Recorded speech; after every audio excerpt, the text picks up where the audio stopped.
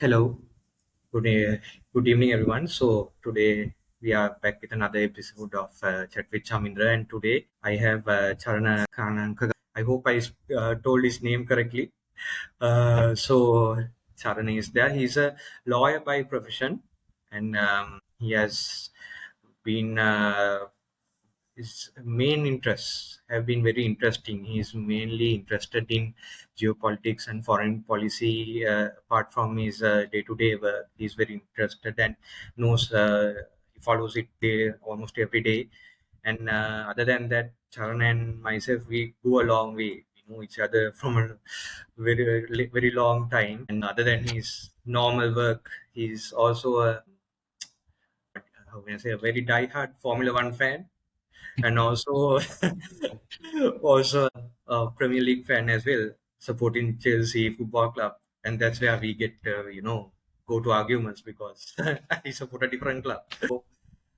So we are today. Our focus will be on his his pet topic on geopolitics and foreign policy. And when we were thinking of I was thinking of a topic to discuss with Charana, we came up with this, and I thought we'll give our audience an overview of this. Just this is not a political chat show, nothing sort of that, but being something this year being a very election year, right, and lot of talk all around the world related to geopolitics and foreign policy and all these topics. I thought to have this conversation with Charana, who I consider someone as an expert who can give us some background and knowledge about this. So let's start the conversation. And Charana, shall we just start from just giving a background of how you came interested on this and give us a background about this geopolitics area and why you became interested in this area? Thank you, Chamindra, so much for having me today. So I have to make some clarifications. So I am a corporate lawyer by day, but I am also kind of upskilled uh, defense strategic studies and international relations. So I have studied this parallel even before I left school. And now I, of course, have a MSc in security and strategic studies. So there is that background in that field is there. But just to mention why I got so involved and why I was keen about the subject is firstly, it was the influence from my father. He was very well read in international relations and current affairs. I mean, he, of course, did fairly well in his studies on civics and political contemporary politics. So the natural draw was there because he was introducing me to English publications. The Reader's Digest of old. I mean, what the golden age during the Cold War between the 60s and the 90s was a treasure trove of information on international relations and politics. So there was a large reference library at home.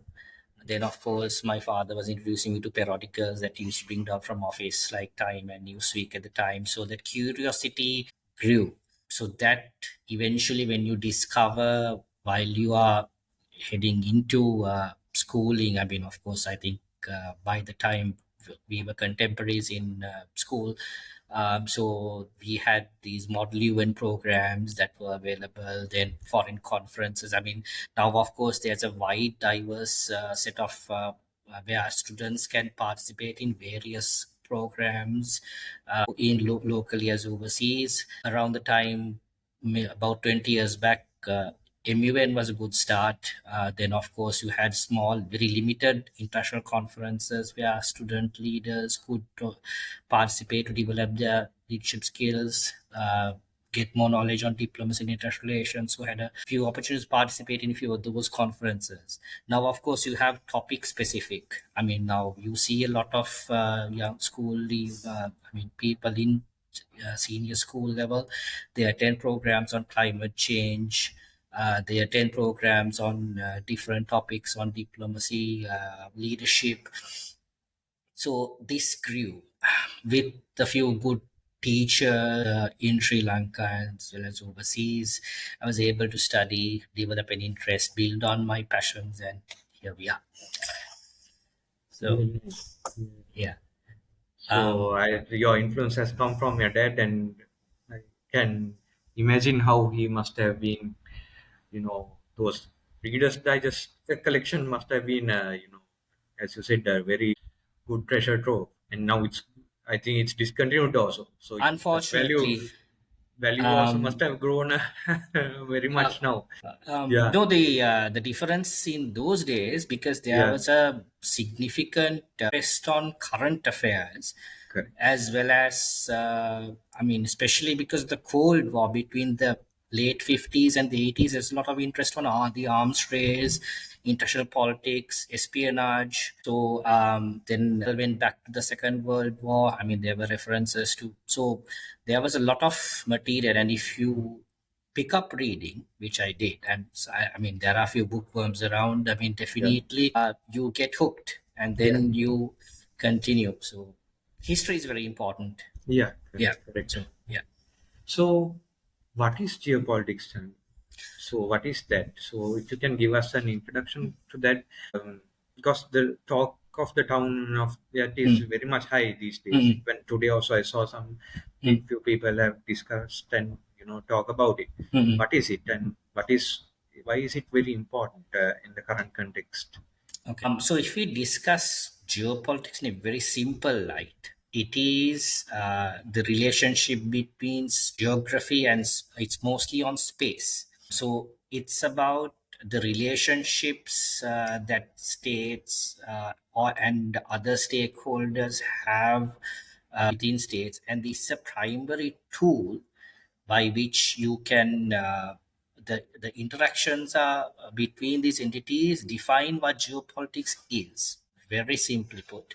So this is a very important thing, and it's fairly a new concept. I mean, yes, historically it was not analyzed or undertaken until the late 19th century. So this topic of international relations as a field is a little over a century old.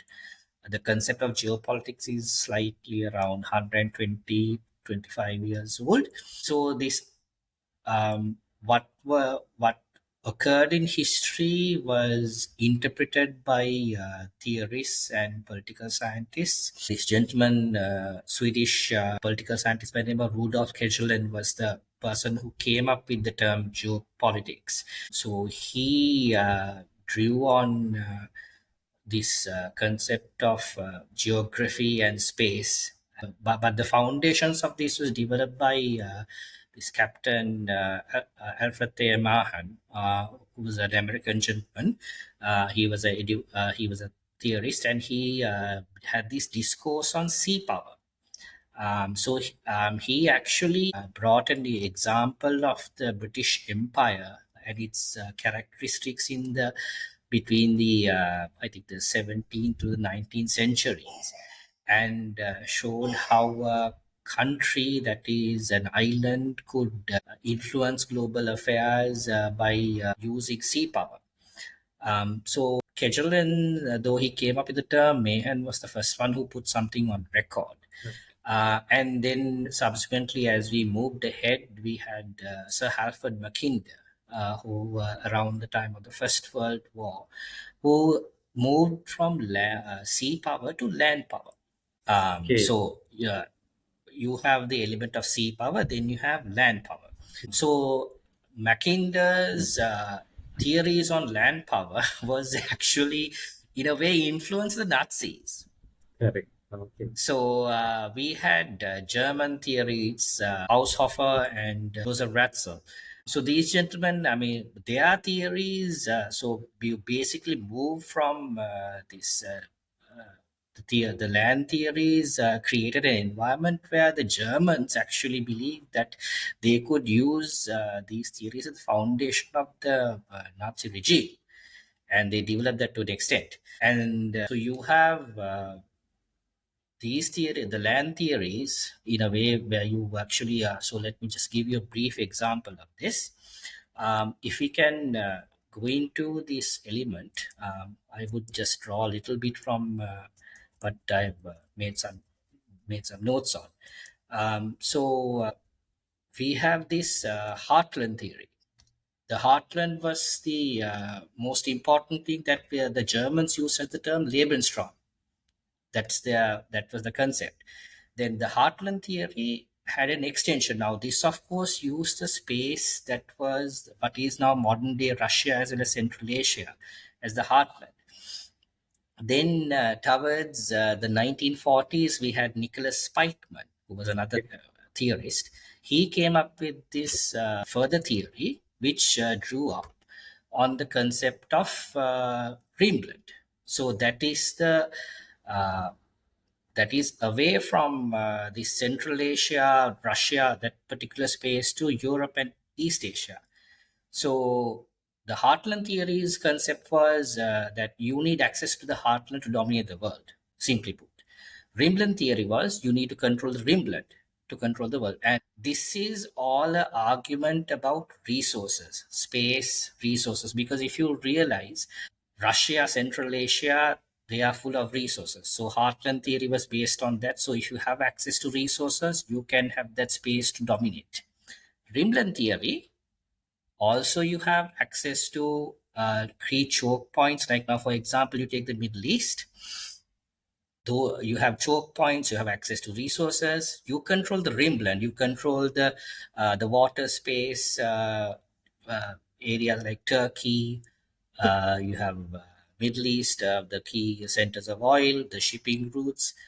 Rimland gives you access to processes where you can control the world. So that's the start up of the Second World War. So this is how this theoretical base is developed. It's about space, how countries can become powerful by using space and space to expand the interaction. So that's where we are. So what I was thinking was, thank you Mm. so much for your explanation. And on that, what I felt was with this, each the countries and people who read these theories, they misused it, right? They use it for their own advantage. I mean, when you told about the Nazis, the Germans during the Nazi war and everything, they used it as a theory to use it for the advantage to go against the other countries, right? Like the Polish people and everyone. Am I correct? True, true. Yeah. So that was used as a theory because the you have to look at the politics of the time.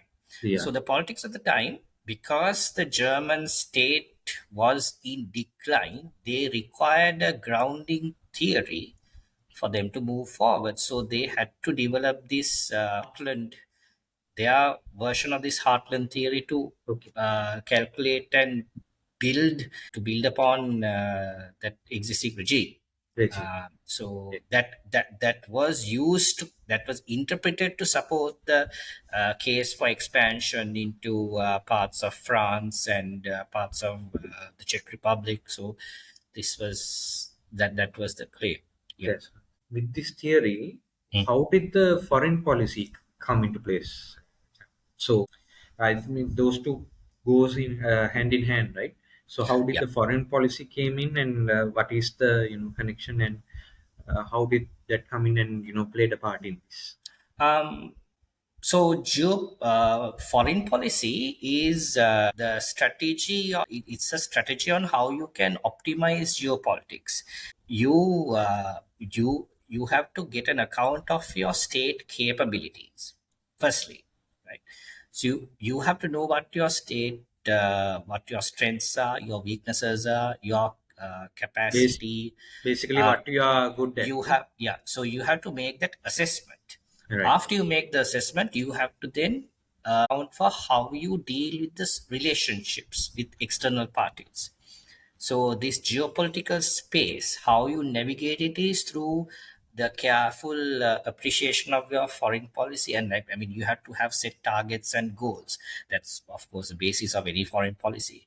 So you can manage your geopolitics the right mix of foreign policy.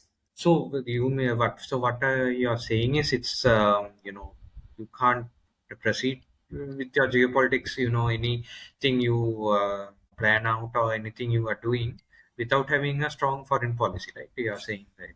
You have to be mindful of your circumstances, Okay. and you have to, so every country has to have a group of analysts and policy planners. I mean, any field, but in most particularly in foreign policy, because it's about managing relationships with uh, third part. I mean, like with nation states, Yeah. and you have to understand the most important element of foreign policy is national interest.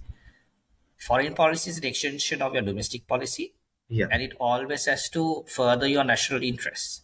If you Okay. want to further your national interest, you have to have a very good understanding of the space you're operating in, and you have to be very smart, because spaces are meant to be disrupted. They are meant to be occupied, because you have in the full theory of sovereignty, you have states that are on equivalent, they are sovereign equals, and they're competing the same spaces. Tensions arise. It's all about how you manage your foreign policy and how you act smart. So That's how it goes, no? Yeah, yeah. very interesting, no? So now coming to the current, current modern world, and what Mm, are the, what are I mean, what is your point of view in the current state of international affairs? When it comes to current state of international affairs, okay. how geopolitics is playing the part, and do you see any risk, or any dependencies, or any risk and any impacts to other countries, even smaller countries from the current Mhm. geopolitical landscape? What are your ideas on that? Well, I there are so many elements of it. I mean, I'll be short and sweet on this, because in the interest of time. Yeah. I mean, it's a very broad question, so I'll be very simple with this. Yeah. The word that the Economist magazine introduced, I think, the previous year, 2023, was the term permacrisis, Okay. if you recall. But that's like we have to deal with multiple crises at the same time. So these are not just state level crises. Of course, I mean, if you look at the geopolitical challenges, you see that we are closer to the possibility of a nuclear war more than ever since I think the 1960s, until this concept of detente that actually cooled down relations between US and then Soviet Russia. Because on one end you have the Russian invasion of the territory of Ukraine. Depending on how that uh, situation evolves, we do not yet know the security of Europe as well as the United States, because all these parties are all involved in trying to manage the conflict. You have the geopolitics of the Middle East. You have the invasion of the Israeli territory by Hamas. Then, of course, Iran's engagement in the process, directly as well as indirectly, as well as Israeli aggression into Iranian territory and premises. You have the incursions in the South China Sea between China and Philippines, but more than that, you have the tension that surrounds Taiwan and China. Correct. So you have multiple hotspots. In South Asia, of course, you have the traditional tension between two nuclear powers, being India and Pakistan. But then India is also challenged by China, because there is a territorial dispute in its northeast frontier. So you have the potential for multiple geographic challenges that are currently occurring. This, of course, is disrupting international trade, economics, it's blocking choke points. So, this has a wide effect on the health and well being of the entire human population. So, we are in a perma crisis, and geopolitics is playing a significant role in these conflicts, and how we manage it in the next decade, hopefully, or even sooner, is what will determine world peace in the coming decade. That's the thing. Yeah.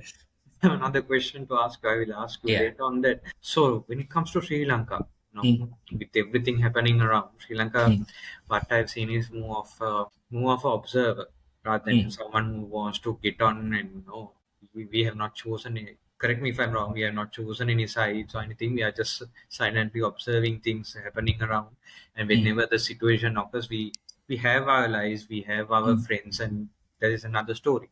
But within this whole geopolitics crisis and everything. What do you see as a what is how do you see this impacting Sri Lanka from a Asia point of view and outside?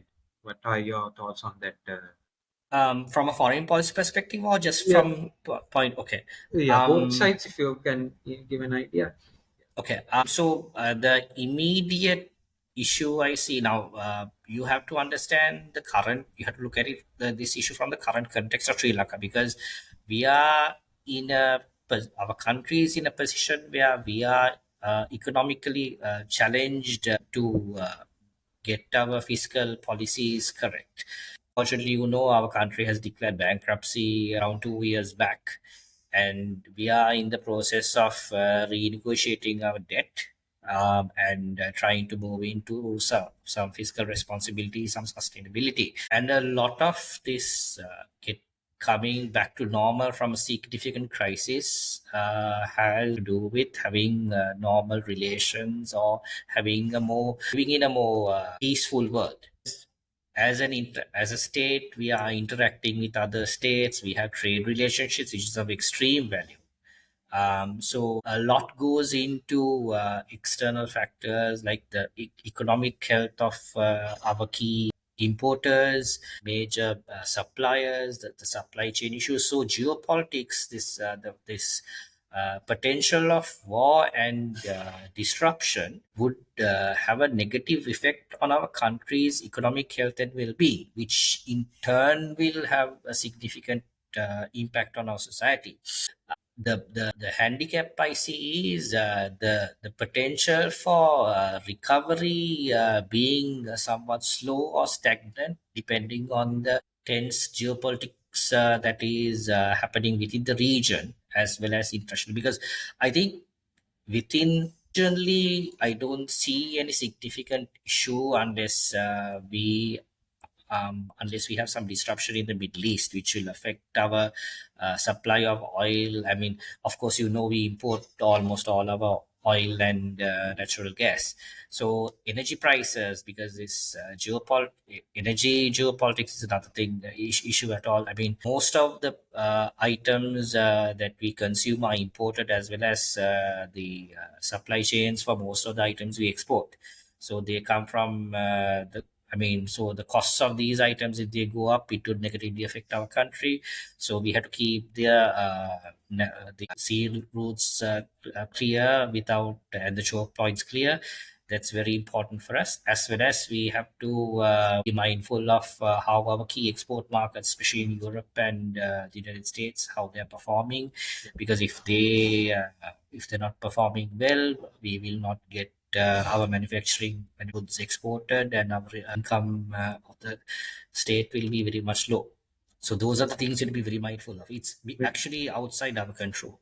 Um, we have to just wait and watch. It's one thing we can do right at the moment.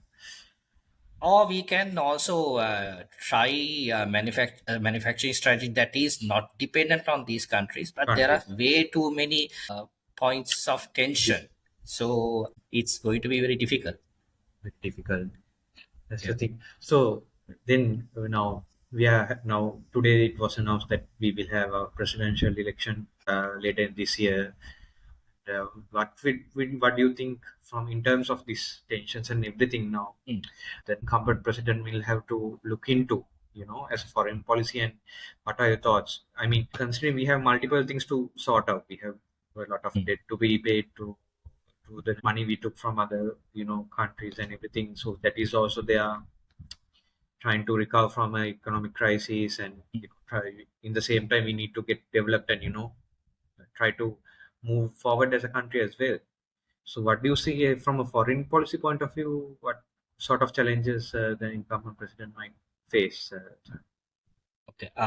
So I'll just give a brief outline of how our foreign policy is, and how the incumbent president as well as the previous president, how they have made some diversions. Maybe just a clarification on the full process. Yeah. So our foreign policy has traditionally been non-aligned. It has, I mean, we immediately after our independence, we had an alliance. I mean, our security and foreign policies were inherently tied with that of Great Britain. but we took up a non-aligned foreign policy from the mid 50s, and we have stuck to this.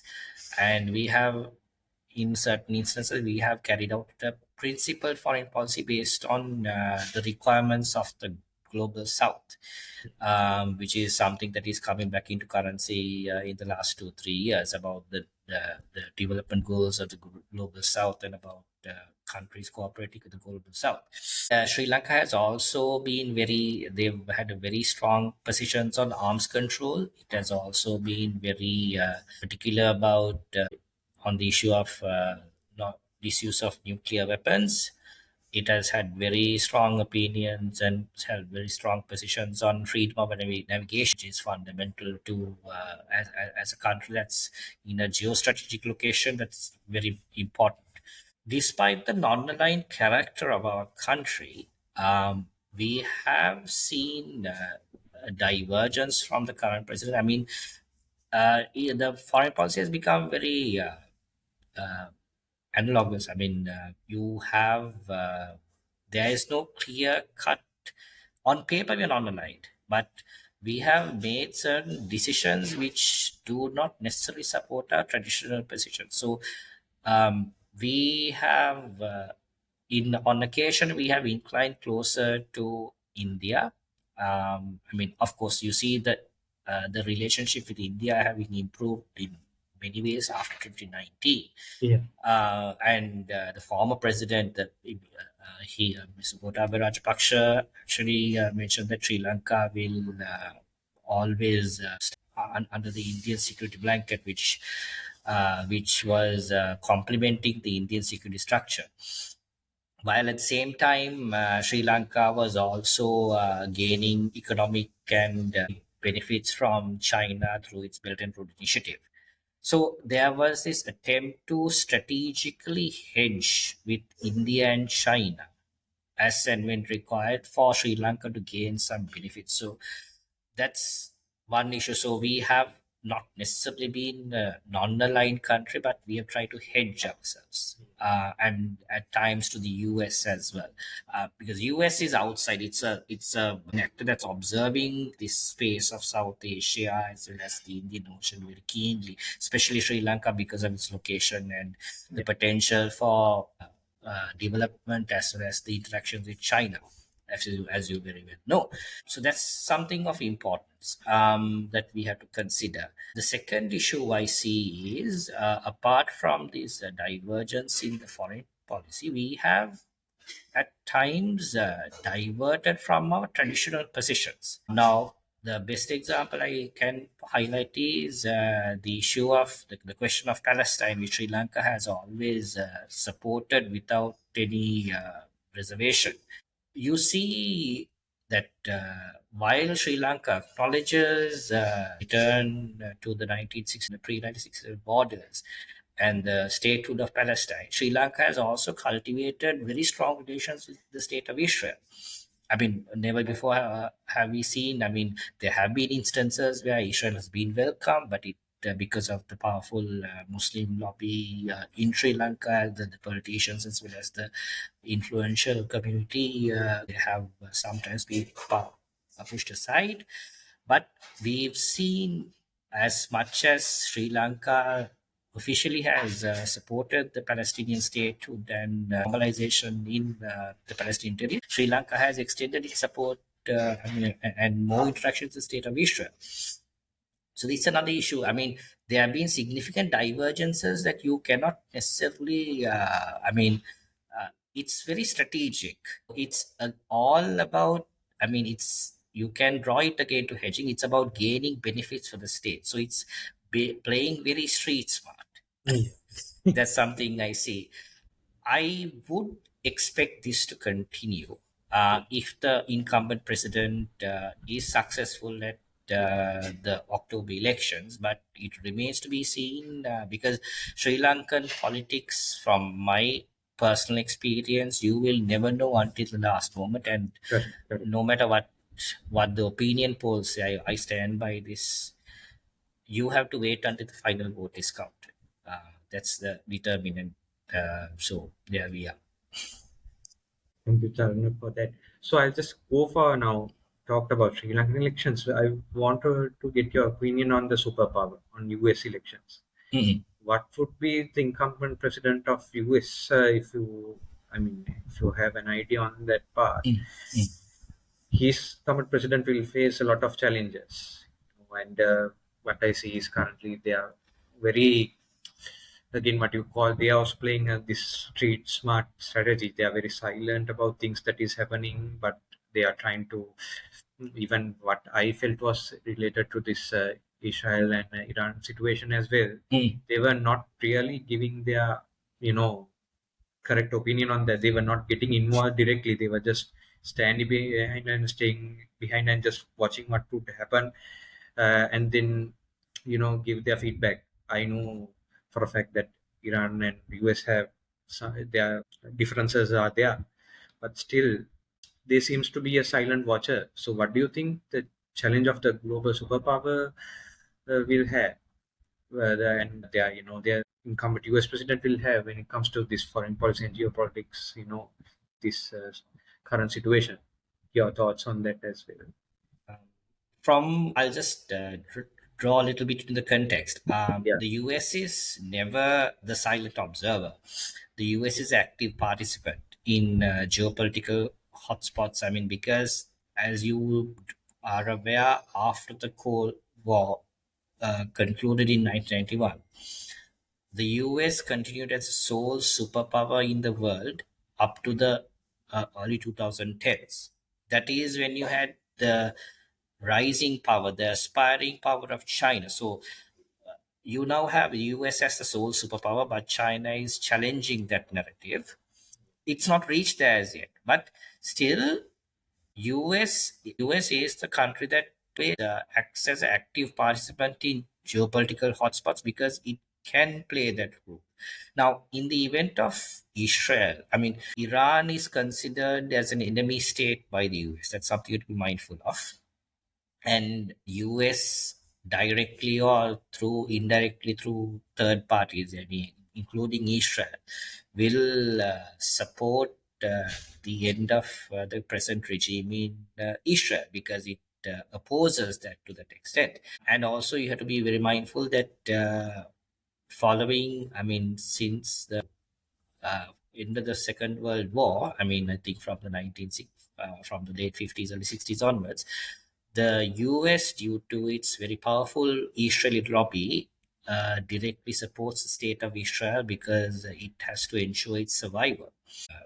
So you that's something that the present U.S. government has stood by, despite being aware of the activities, the troubles and the chaos and the pains of deaths and destruction that is happening in the Palestinian territories. The US government is standing by Israel, though it is being critical, it is not taking any serious steps. Of course, yes, it is distributing aid, it is taking other initiatives, trying to diplomatically wrestle the Israeli government into a particular corner. But it has to stand by the state of Israel. Now, this, of course, has domestic repercussions, as you probably have seen the college campuses in most of the liberal colleges in the US. They have stood up in arms and they are protesting the state. They are speaking of the right to the state of Israel. They are arguing against the gains of death and destruction. And there's a significant lobby against, I mean, the not just the college students, the Muslim community. So you have to be very mindful that for a democratic party, the minority vote as well as college educated voters are a very significant portion of its electoral base. Especially in urban centers, these votes are the votes that make the difference. So I will directly draw into if you look at the state of Michigan, I think the city of Dearborn, if not mistaken, that's a majority Muslim city, or it has significant Muslim population, which has, and I think that element is there. So, a lot of the Muslim traditional voters, Muslim community who vote Democratic, I think they have been disillusioned And if the enthusiasm of the college educated voter or the college voters drop for the current Democratic president, that would not be to the benefit of the Democratic Party come November, because most of the heartland of the Midwest, where the Republican Party is very popular and prominent, there's a widespread support for President Trump. That would, of course, mean if President Trump makes it to the elections. I mean, yes, there's the litigation involved, so you have to wait and see how that litigation turns out, whether he is held criminally responsible. But if he makes it to the November ballot as the candidate for president, he already is the nominee. He has to be approved at the party convention. And beyond the party convention, if he continues, there's a very strong possibility that Donald Trump may win back the presidency, because he has mass support. I mean, few I mean, I've had the opportunity to look at some of the totals from the 2016 to 2020 elections. I mean, the data sets in the where the core Republican vote base is. I mean, outside these urban and semi-urban areas, outside these college-educated voters, the numbers have increased greatly. Yes. So, and I would expect that vote base to be sustained unless something very critical goes against Republican Party. Be very interesting to see, how it turns out. Yes, yes. So it's going to be close, Yeah, and probably about seven. The outcome of seven states will determine the election. election. Yeah, See how this goes. Yeah, it will be a very interesting story. I mean, at the end of the year, because a lot of countries are having the elections. And, yeah. let's see I how think things 80% goes. of the is having Still having elections it. this year, like Yeah, yeah. Democratic states. Yeah. Yes. So let's see how that goes. Great. So, Chana, so to close off, what do you see? I mean, in the next, I mean, elections will come, presidents will come, go. So, what do you see as a, how this geopolitics, this tension and things going on, and uh, the foreign policies that is being dished out by different countries. So, how do you see the future of this area, and what of a trend do you be see in the future? And will it go to the negative side or the positive side? Will it be a mix? What are your thoughts on it? Just to see foresight from what you have read and understood so far on the current context. Um, so it's all about contesting space. So, like I mentioned, all countries are sovereign equals, and if they contest for the same space, there's bound to be tension. Of course, these externalities are going back to that same points. It's about carefully managing your foreign policy, managing your national interests. So if you stick to the I mean, sometimes even defending your national interest would mean going to war. It's inevitable. Now, for example, the conflict in the Middle East now, you had Hamas invade Israel and cause chaos and pain and death, and the Israeli army had to retaliate. And the proportionality and the brutality, these things, of course, is what's being discussed right now. But that's Israel had to defend its national interest. So that is the difficulty, because we again we live in intensely chaotic world. We have contestation of space.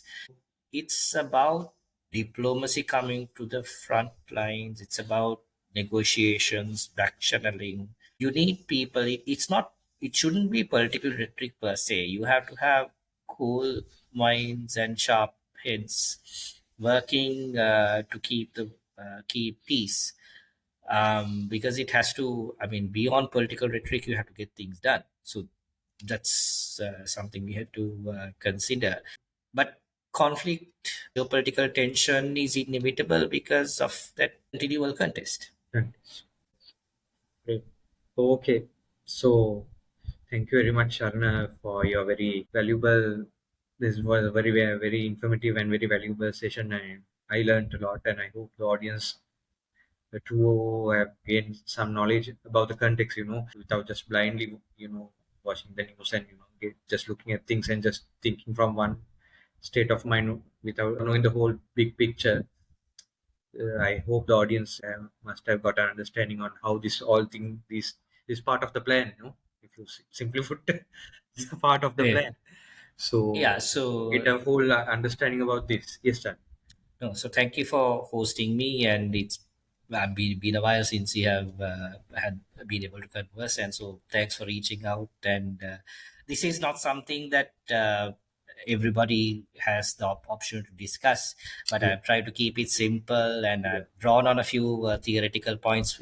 I mean, for any beginner to start off with, it's a very interesting subject, not just geopolitics per se, but the study of international affairs, relationship, state, power, capability. So, would recommend it to anyone if they have an interest. I mean, it's mostly academic if you want to plan a career path, but it has its good perks and it has its rewards. If you are curious mind, this is something you can be mindful of. So, thank you, and hope we get to speak again. Hopefully about the woes of Manchester United and Let's see. We'll do it another day. That's a Formula different. One. But more than happy to contribute to the conversation. And Yeah. it's great for you to have started this initiative. So thank you for having me Thank you once so again. much. Yeah, Thank you so much. Thank you so much, Arnav, for joining today. And I wish you all the very best with everything you do. Thank you so much. thank you for having me. Have a Good great night. evening. Thank you. Cheers. Bye.